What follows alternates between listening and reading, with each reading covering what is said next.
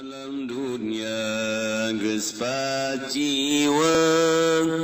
bencana datang ngeureyeung nu maksiat beuki maceuh nu ibadah beuki eueuh. Ulah aya nanaon di jero hate engke ge wayah kawin mah kawin bae sia. Bismillahirrahmanirrahim. Masyurbu gari-gari ngombe, summa sagaru gari-gari mabok, summal magamu gari-gari magam wa huwa sahu. Dan udaya magam igu azwahu waras ayagalulan dan ujabagan nabalabadalah walu mawahibu utai birang-birang aliku birang-birang bawewe wal magam itu magazib lan udaya zaga magam igu magazib gagegang dan usaha magazib wa takadumul ahwal alaiha. Ia menyaritakeun bag-bagan ibadah geus apeng-apengan datang ka zauk. Urang masih kene jalan di tempat can mulayan acan. Jadi mangan saukur dongeng we heulanan sakadar nempok karena keistimewaan para sholihin, para aulia Allah. Jadi cacarakanana urang dek berangkat teh awalus sair ilmun sakumaha kamari, summa amalun tuluy amal, summa halun wa huwa zauk. Geus datang ka zauk ge hirup geus pohara. Lamun urang hayang datang ka zauk eta teh geus bakal timbul khawari. Lantaran urang pasti geus ninggalkeun dunia, pasti ninggalkeun makhluk. Jadi pepegatan urang jeung jelema. Ulah aya tu'ulak ta'alu. Jeung dunia ulah aya ta'alu. Bakal ngeunaheun geragi pasti jasa ngeunaheun jeung ieu teh bakalna bokonna mah kabungbulengan, bakal kabungbulengan gitu. Lamun urang nyaritakeun kabungbulengan jadi geus hese nyaritakeun kabungbulengan ku ngeunah jasa teh kabungbulengan. Satungtung di jero hate urang aya mengkeluk aya kurawa-kurawa di jero hate, aya jari-jari motor, aya mobil geus moal ngeunaheun salat teh moal bae teh geus biasa bae teh mah salat biasa teh pokona masih kene di jero hate can pepegatan moal ngeunaheun eta zauk teh can karasa. Engke kapan nu mantak urang dibere zauk teh ninggalkeun dunia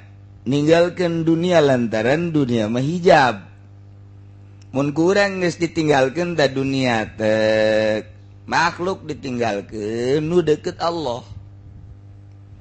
Bahasa Tuan Syekh sakumaha tadi hei maneh teh ngabalieur kula mah teu pernah ngabalieur berarti Allah makan terus bae ngurusan urang. Hei, maneh ninggalkeun kula mah teu pernah ninggalkeun. Hei, maneh nu poho kula mah teu pernah poho. Berarti kan Allah mah terus bae. Jeung kituna teh qadim Allah mah. Lain anyar kuari. Urang ibadah karak ditempokeun atuh lain. Lain kitu. Allah mah qadim nyahona ka urang. Allah qadim deket ka urang wa nahnu aqrabu ilaihi min hablil warid. Deket Allah ka urang kunaon urang nu bangkawarah. Urang nu bangkawarahna lamun urang ye lamun urang ditolol-tolol ku jelema ditolol-tolol goblok tolol siap buang kawarah siap marah ku jelema biasa mah tapi lamun urang ditolol-tolol ku wali moal marah lamun aya kiai nyaritakeun ngazakat bae nyanana hayang marah kiaina hayang dibere zakat marah goblok teh kiai zakat deui padahal mah teu katembong di jero bahasa tersimpen hayang dibere ta eta teh moal nurut tapi lamun di tas bangga teu hayang bakal nurut kos kitu tah syariat nah ku ari dicarekan ku jelema urang ye dicarekan sia tolol beuki jasa kana dunia goblok sia marah urang lantaran nu nyarekan akur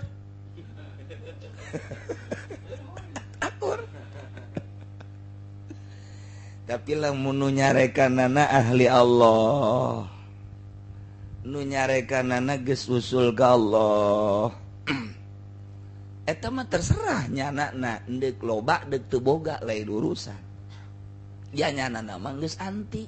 karena dunia dicarekan teh ku jelema eta urang teh tenang urang teh nemah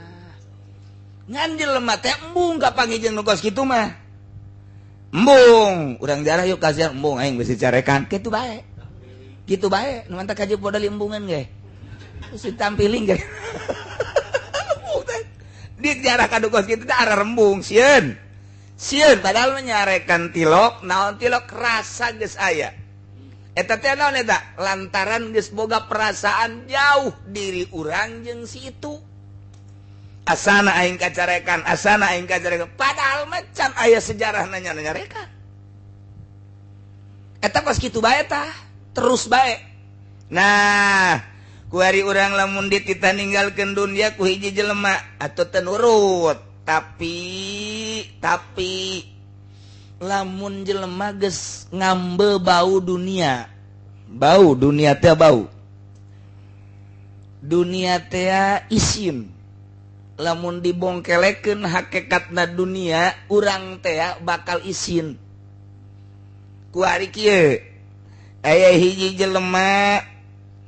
di pasar kemudian nyana morosotkeun calana haju manehana nangising eta teh isin nu neuleuh kecuali parawan lain deui geus teh mah lain deui tempat denok aya hiji jelema morosotkeun calana di tengah-tengah halayak rame di pasar ngising nyana di dinya eta jelema kabeh embung neuleuh hiji embung neuleuh aya aurat nomor kadua aya kotoran nomor katilu pasti meungpeukan irung kabeh jelema teh kararitu kabeh meungpeukan irung embung neuleuh geus bae liwat malah disingkiran terasih eta jelema lamun morosotkeun calana aurat kadeuleu ngising di tengah-tengah jelema nu loba pasti jelema embung neuleuh bari meungpeukan irung jeung mata embung neuleuh ka aurat irung embung ngambe lantaran aya kotoran pasti nyingkir ta eta teh kos kitu teh mun urang dibukakeun hijab dunia leuwih ti kitu mun urang dibukakeun hijab teh dunia teh leuwih ti kitu pasti ngabiri-gidig urang da kana dunia teh embung jasa ijid jasa gila alabatan eta leuwihna tah lamun encan datang kadinya perasaan urang ieu sangkilang didangsak-dangsakeun sujud datang ka bahar hideung tarang hideung jasa tarang hideung sakumaha kareta api tetep bae moal ngeunaheun ibadah moal ngeunah satungtung encan nganggap dunia kos kitu jadi pagawean zaok teh lain lalagaan hese ieu perjalanan geus datang ka zaok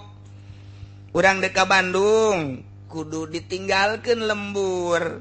melalui Bogor Cianjur datang ke Bandung ka ditu mun jalan nu biasa kuari nu jalan ka ditu Purwakarta tak datang ke Bandung sabaraha kota nu kudu ditinggalkeun cek imam cek Satuan Syabdul Qadir hayang menempuh zauk teh kudu di jalan lagi iya fit thoriq al asya ningali di jalan berbagai-bagai perkara urang deka Bandung teh di jalan teh tunggula tingali macem-macem aya eureun heula aya neuleuh pemandangan neuleuh ping-ping neuleuh susu macem-macem eureun heula di rest area kemudian ngopi dahar angel tak datang ke Bandung ke Bandung teh angel biasa padahal geus dibere jalan tol supaya cepet tetap bae loba gangguan gawang disebutna awaik yaro fit thoriq al asya tapi lamun jelema nu istimewa mah bebeja ka supir pir jam sabaraha ye jam sekian cepet ke Bandungnya aya mangga set langsung nyana kaca tutupkeun rek kerek 2 jam datang ke Bandung naik Lexus 1 jam ke Bandung mau naik Mio ya 5 jam lah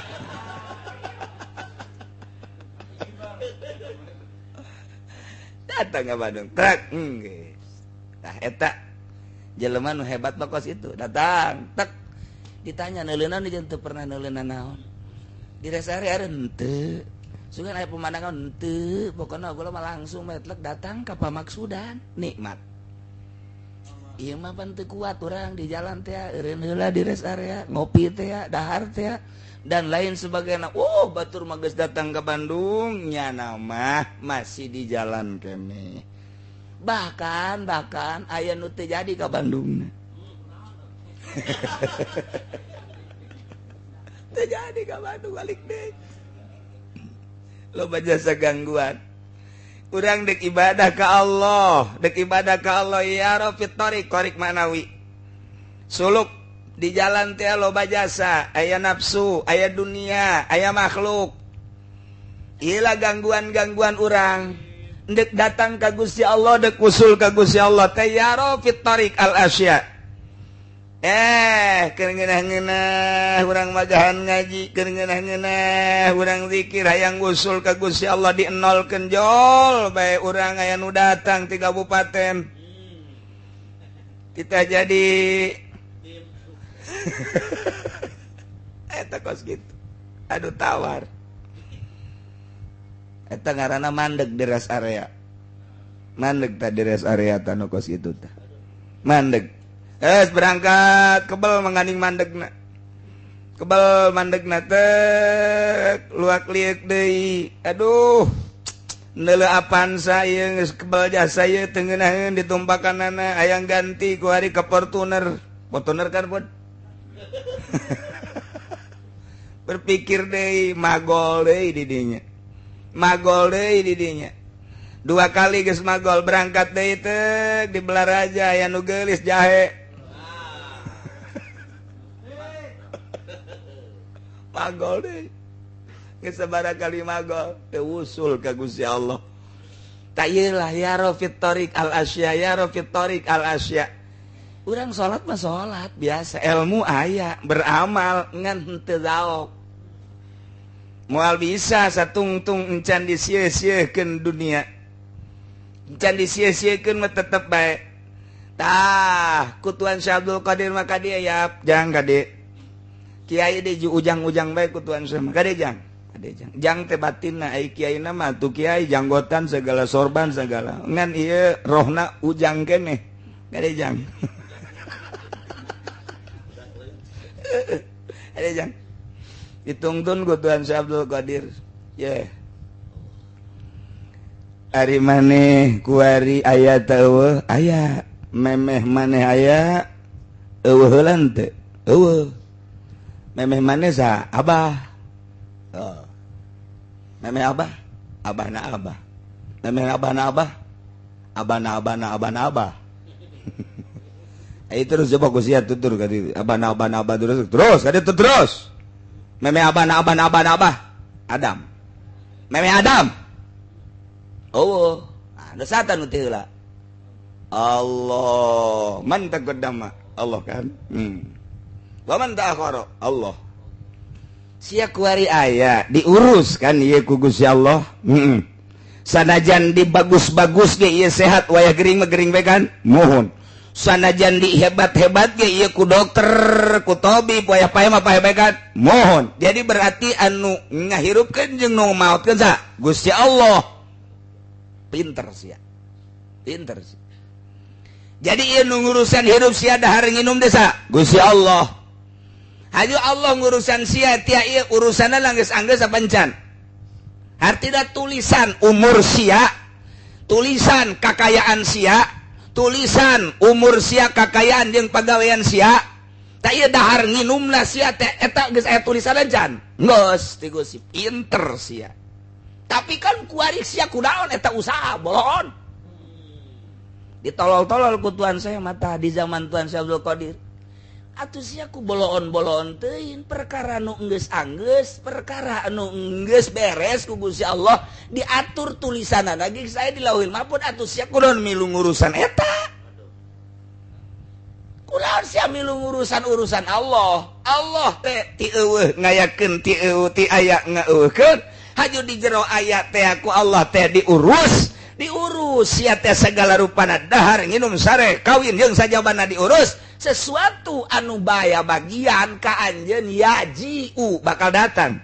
kullu kismin tiap perkara anu anjeun aya bagian kana eta perkara baik min komisin baju komis wa amamatin sorban wa uklin dahar wa surbin nginum wa nikahin jahe ieu teh bakal yajiu datang. Nah kahartin teh Gus ya kaharti atuh kunaon siar diriweuhkeun ku nu kos kitu ulah riweuh ku nu kos kitu urusan nu geus anggeus ku Allah diurus ya ulah milu ngurus ieu sia mah kuari mah tinggal ngabakti ka Gusti Allah sok geura nolkeun lantaran Tuhan saya mah nu geus nol milu nol nolkeun di nolkeun ulah aya nanaon di jero hate engke ge wayah kawin mah kawin bae sia kuali ulah mikiran hayang kawin ulah mikiran milih nu putih nu hideung ja geus aya tulisanna di Lauhul Mahfuz geus aya tulisanana nu bakal hiji nu bakal dua nu bakal tilu sanajan nu kolot marah bae ge aya tulisanna nyandung mah nyandung bae lain amin tolol jasa kudu araramin lain tita amin ya mah geus aya tulisan di tok cicing maneh kuari mah cicing lamun bener bakal kawin kege iraha waktu tetep bae awewe bakal datang bae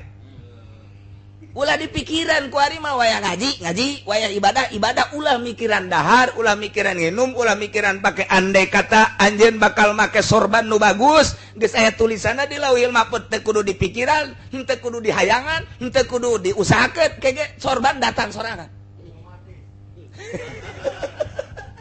komis maneh resep kana komis resep etalah nu ngaganggu antara maneh ka Gusti Allah hijab resep teh hijab aya resep kadua salian Allah etalah nu ngahijab ka anjeun padahal mah teu kudu diresep-resep mun tulisanana komis eta bakal ka anjeun bakal datang bae ka anjeun ku kumaha ge ulah dipikir nu kos karatu mah baju komis ulah dipikir amama sorban teh ulah dipikir dahar ulah dipikir nginum ulah dipikir mun geus aya tulisanna bakal datang ya jiu datang bae sok kuari mah ibadah bae geus geura ka Gusti Allah sok teu kudu meta di gunung teu kudu meta di leuweung cek Tuhan Syekh Abdul Qadir cukup di pondok kula cukup di pondok teu kudu ka gunung teu kudu ka leuweung Allah nu diibadahan di gunung Allah eta Allah nu diibadahan di leuweung Allah eta Allah nu diibadahan di imah urang Allah eta Allah nu diibadahan di lapangan Allah eta Allah nu diibadahan di kota Allah eta Allah nu diibadahan di pondok Allah eta bae Allah nade ka mana ge kunaon hese-hese amat neangan tempat di pondok cukup geus pegatkeun ku ari urusan dunia pegatkeun ku ari urusan makhluk geus bae maneh ka Allah bae geura ge bakal nikmat mulai dituduh-tuduh kitu ku Tuhan Syekh geus dipegat-pegatkeun sorangan heula satungtung encan bisa maneh ulah ngalayanan jelema satungtung encan bisa hirup maneh geus ulah aya pukuran pikiran naon sok bae geura ka Gusti Allah mulai geus ka Allah keun bae teng eueuh nu mere dahar kuru kan nu merengin nu meueun kuru ketengkeun Tuan Si Abdul Qadir ngadaharna daging hayam malulu bakakak haju dihareupeun nyana deui kadeulean pan sia jasa atuh pan sia aya murid teu meunang dahar aya nyana dahar bae eta teh keur nyoba datang ka mana nafsu sia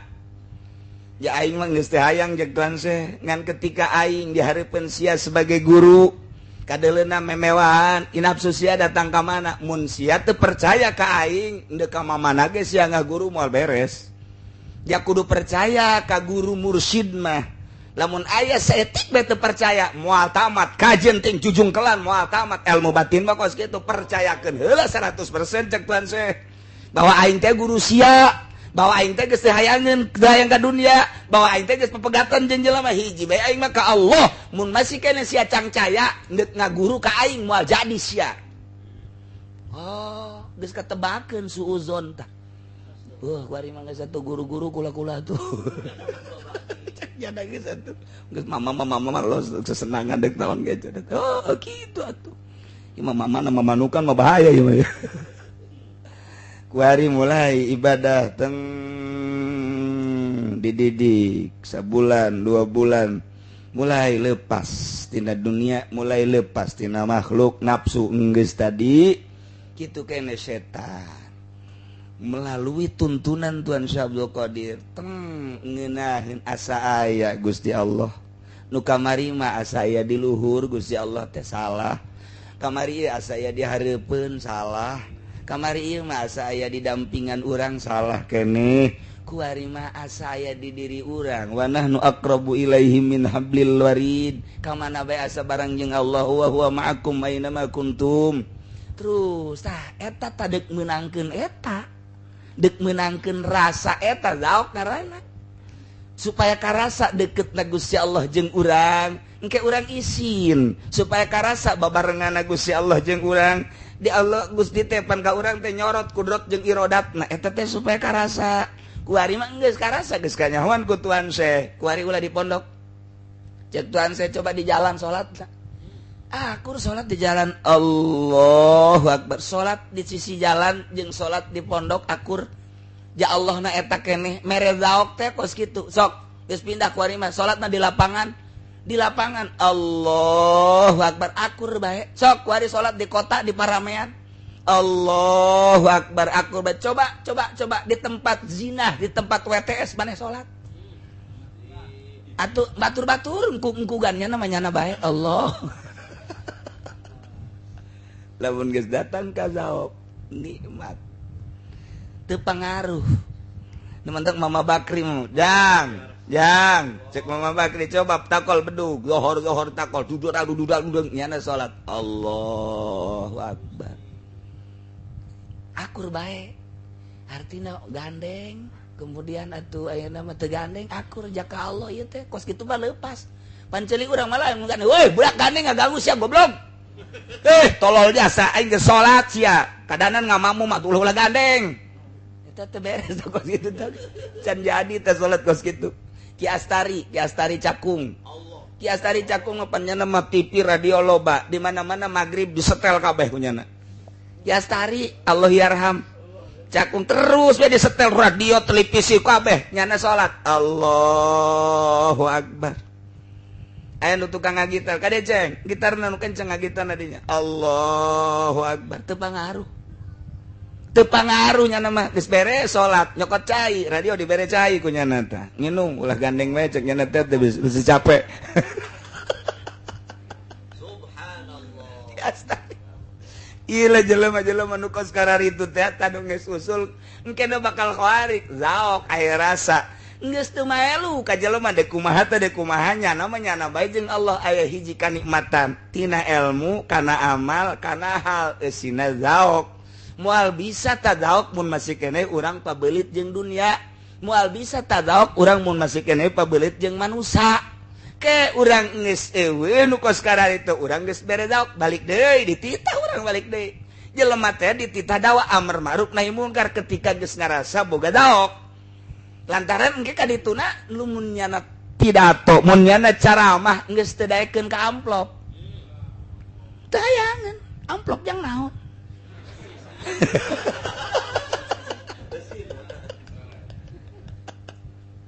tak eta geus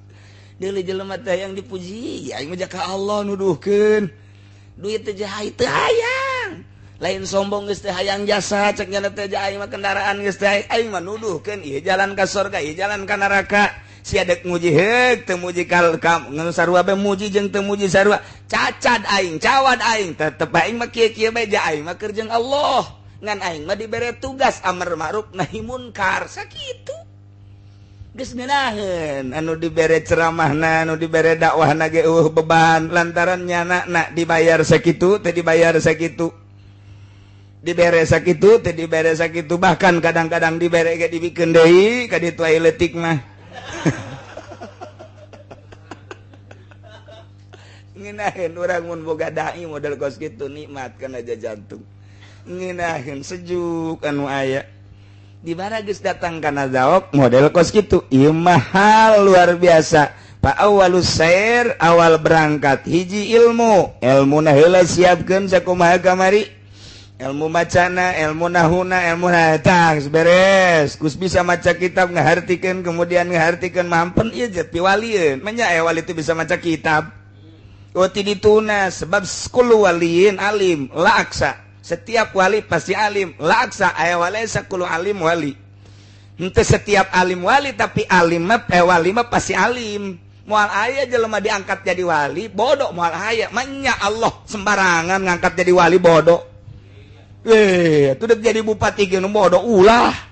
atuh komo iya kullu waliin alimun wala aksa aya walaysa kullu alimin waliyun kullu rasulin nabiun walaksa walaysa kullu nabiin rasul setiap rasul mah nabi teh setiap nabi rasul loba nabi teh diangkat jadi rasul tiap wali alim teh setiap alim wali loba kiai teh jadi wali ngan jadi tim sukses kos kitu tawata beres ilmu beres amal kakarak ti dieu bakal timbul hal zauk di dieu tah mun geus datang ka daok suma surbu moal aya eureun-eureunna ibadah sebab nikmat moal aya eureun-eureunna eta mah geus kajeun kumaha ge ditahanan ku urang moal bisa Allahu akbar eta ngeunaheun jasa salat ngeunaheun Allahu akbar geus hese nyaritakeunana geus tanpa usoli nya mah tuh usoli mah temen tadi teh anu kamari caritakeun usoli par ayo Allah saksi Japar ieu mah lain Allah geus ngeunaheun jasa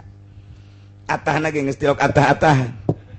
betul cara kiai salat di deket santrina atah santrina keur masak asak kiai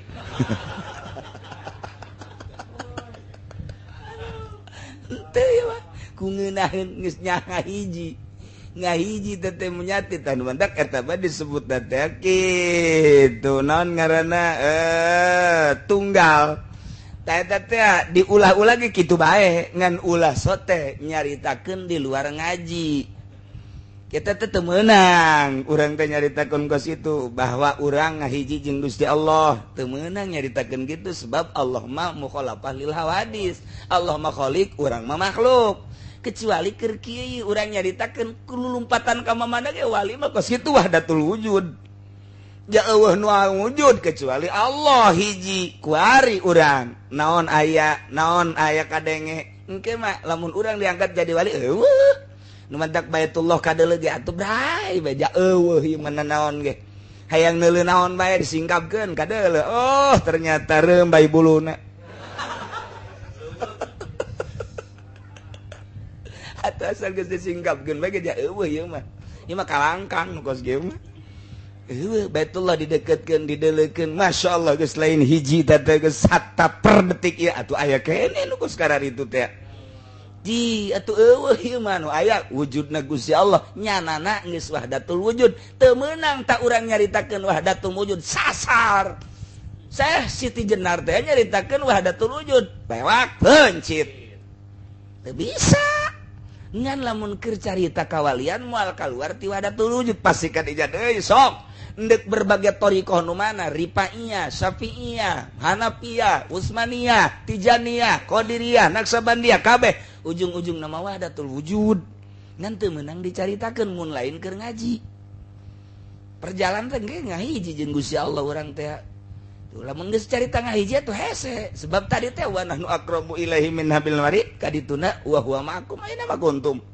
atur saya hudang hees teh asana kapanggih asa babarengan jeung Gusti Allah isin kadituna nikmat bae salat nikmat puasa nikmat ngaji Quran nikmat geus ngeunah kadituna engke maka kadituna kumahanyana bae salatna ge puasana kumahanyana maca Qur'anna kumahanyana naon sebabnya nangis usul syariat eta lain berarti ditinggalkeun ngan nyana keur aya di awang-awang geus nikmat bae kumahanyana bae geus kadeurina ku urang kadang-kadang atuh teu salat kadeurina kadang-kadang ku urang atuh maca Quran seserian kadang-kadang atuh kadeurina ku urang maca Quran teu salat henteu ngalamun bae mikiran apaan sa sezaok keur boga rasa ngeunah dementak atuh Ki Hairun teh boga santri sanggeus boga santri titah baralik nyanana dagang tauco coba eta mana aya kuari mah buku pamflet digedean menerima ajaran baru mahasiswa baru kuari mah itu mah teu baralik santri keur mujina loba nyana dagang tauco make tuduk terus kaunggal kampung kiai kabeh muridna ngaromong nanaonan kiai dimulya-mulya ku Allah endahan dagang tauco seuri bae nyana teu kaharti buku keur nikmat nyana teh kos kitu keur nikmat keur jeung Allah loba nu ngomong teh bae aya hiji jeleban nu ngomong kiai lah tuh maning magahan ngaji deui daripada kikituan mah ieu maksudna naon eta kikituan cek Ki Hairun saetik mah jadi kiai mah loba nu daek sebab dimulya-mulya ku sebab dimulya-mulya harayang jadi kiai dicium leungeunna dibere di amplopan geus pokona mah da ngaji diondang dipapageun mun mobil jore embung bagus kos kitu kan put kan gitulah tak kitu gitu eta hayang dimulya-mulya gitu eta teh jauh ka Gusti Allah tah nu hese ge kos kieu ngamalkeun ilmu asa bareng jeung Allah ku batur ditoler-toler pugu urang keur jeung Allah nikmat jasa lain dagang ieu mah ngan sakar kadeuleuna bae ja teu butuh kana dunia cek Hairun lain dagang deuk naon dagang mah tuh mending di imah dagang nu gede di modalan henteu ieu mah ieu mah sakadar supaya kadeuleuna bae tah kakarak tah si murid eta nutur-nutur hayang ai maneh hayang mah hayu ulah loba omong nya geus aya hayang mah ti dia mimitina di tarekat mah kos kitu lain diumumkeun siapa yang mau masuk thariqah sini sama saya pakai impak heran deui gua tarekat make impak geus tamat masjid embe teu masuk aya jeung ngaji amil Kiai Haji Hamid Cisoka kos kitu ya iyalah nya ilmu kemudian amal ieu sakadar carita ilmu kawalian mah kos kitu lantaran ieu mah urang keur ruhani geus eta ta dunia nu tadi bau teh tah urang mah kok ngambeuna seungit bae kadeuleuna jore dunia kok ku urang mah agreng bae berarti urang jauh jasa jeung Gusti Allah engke aya tandana kiai anu geus anti dunia aya alamatna jelema lain kiai saha bae anu geus anti dunia aya tandana BHSG aya tandana Atlas aya tandana aya merekan cap gajah depa aya kabeh gajah lari aya tandana atuh eta ge jelema nu geus anti dunia aya tanda anti makhluk aya tanda moal kaliru geus ditandaan wa alamatuhu hiji-hijina jelema anti dunia geus aya tanda jelema anti makhluk geus aya tandana beda engke anti dunia jeung anti makhluk dua kadituna geus teu kabada godode-dode ku nafsu aya tandana nomor katiluna engke jeung setan aya tandana nu mantak setan daratang ka nyana mah ngagoda diome ku nyana kalau mun Imam Syafi'i bisa nonjok setan datang ka buta setan emang naonan gitu atuh naonan eta kan tanda berarti kan pohara jasa Imam Syafi'i Masya Allah geus urang ge lamun keur diuk aya jelema tonjok habak setan sia ilah zauk kakarak datang ka zauk hilanan tah eta rasa geus ngeunaheun jasa nikmat tak datang kadinya tak geus datang ka zauk rasa deket jeung Allah rasa bareng jeung Allah lantaran eueuh dunia eueuh makhlukat satungtung dunia jeung makhluk aya keneh ngancik di hati urang moal boga zauk paling biasa bae artinya biasa bae ibadah biasa ibadah syariat geus ibadah geus datang kana hakikat nu geus boga zauk tadi tah nah ilah perjalananna heula ya rafit tariq al asya urang dek usul ke Allah teh waduh dunia ka urang ngagoda makhluk ngagoda ka urang lamun urang teu boga guru seperti Tuan Syekh Abdul Qadir ka dieu sia kieu hese kajian kumaha ge sebab urang endek pepegatan jeung makhluk tapi pepegatan teh batin doang zahir biasa bae dek pepegatan jeung dunia batin urang pepegatan jeung dunia di tengah-tengah dunia hese mun eueuh guruna hese tapi lamun aya guruna tuh teu biasa bae biasa tinggal kecerdasanana datang ka mana nah iyalah mimiti ilmu geus moal aya jelema diangkat jadi wali bodoh moal aya sebab ieu mah piwalieun mah kudu pinter heula nomor kadua amal moal aya seorang wali teu beramal kecuali geus datang ke geus wusul mah lain deui lantaran ngarasakeun nikmat nanyana ngarasakeun nikmat geus hese bae ngarasakeun sebab sanajan diuk bareng lain alam diut bareng lain alam itu mah alamna alam kana dunia nu ieu mah alam ka akhirat nu ieu mah alamna alam ka makhluk ieu mah alam ka khaliq atuh beda kajeun teh ngarendeng ge beda alam geus beda rarasaan geus nikmat ieu lah zauk jadi kasimpulanana tina ilmu naek kana amal dihijikeun ilmu jeung amal lamun urang meta bisa di jalanna yaro fitorik al asya tapi kadituna yaslam di jalan neulu macem-macem tapi kadituna salamat ialah wusul ilallah antak aya jelema naik mobil sama mobil datang ke Bandung geus datang ke Bandung anu dula-deuleu di jalan teh ngomong kan HS goblok sia mah di jalan HS bae tolol tuh dula-deuleu loba pemandangan loba awe geulis kunaon hes bae eta di dunia mah bener tah heuh nya aing padahal mah nurut teu Allah mah tuh hebatan nu hes mah aman matana tina dula-deuleu maksiat tapi ieu mah panta dula-deuleu maksiat tak eta nu dula-deuleu maksiat bisa nyarekanan kana bener ayo coba tibalik itu nyana nu dula-deuleu pan maksiat nya maksiat nya asa bangga nya asa sohor nyarekanan nu bener tah eta tepang tolol-tolol aja lemah urang mah panasa heuh bae sia mah es bae di jalan teh teu dula-deuleu loba naon-naon boleh diajak deui sia mangke ku aing geus kitu tah nya aing mah es bae pugu aman nya mah es bae aman tah es bae mantap Gus Dur mah sabarwa teu buta ngan bubutaan bubutaan teu buta tanda teu butana naon deuleu di kamarna hikam ambalayah bae tupah ambalayah bae hikam ambalayah di kamarna lamun nyana buta atuh jam moal aya ambalayah kitab ai urang mah pan beunta tapi buta sebab eueuh kitaban di jerona urang mah tuh beda kan jeung Gus Dur nah urang eta nyana mah atuh bubutaan bae ngamankeun tina maksiat ieu mata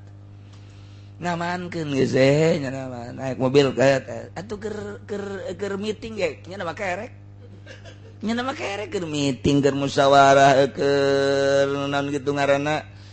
keur kukumpulan tuh kerek bae nya mah kerek lah kadege deui ku batur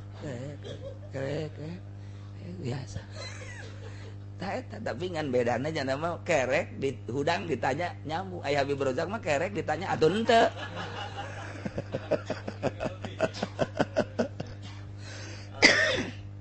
gitulah ieu carita zauk nah engke kakarak naik deh summa syurbu wallahu a'lam.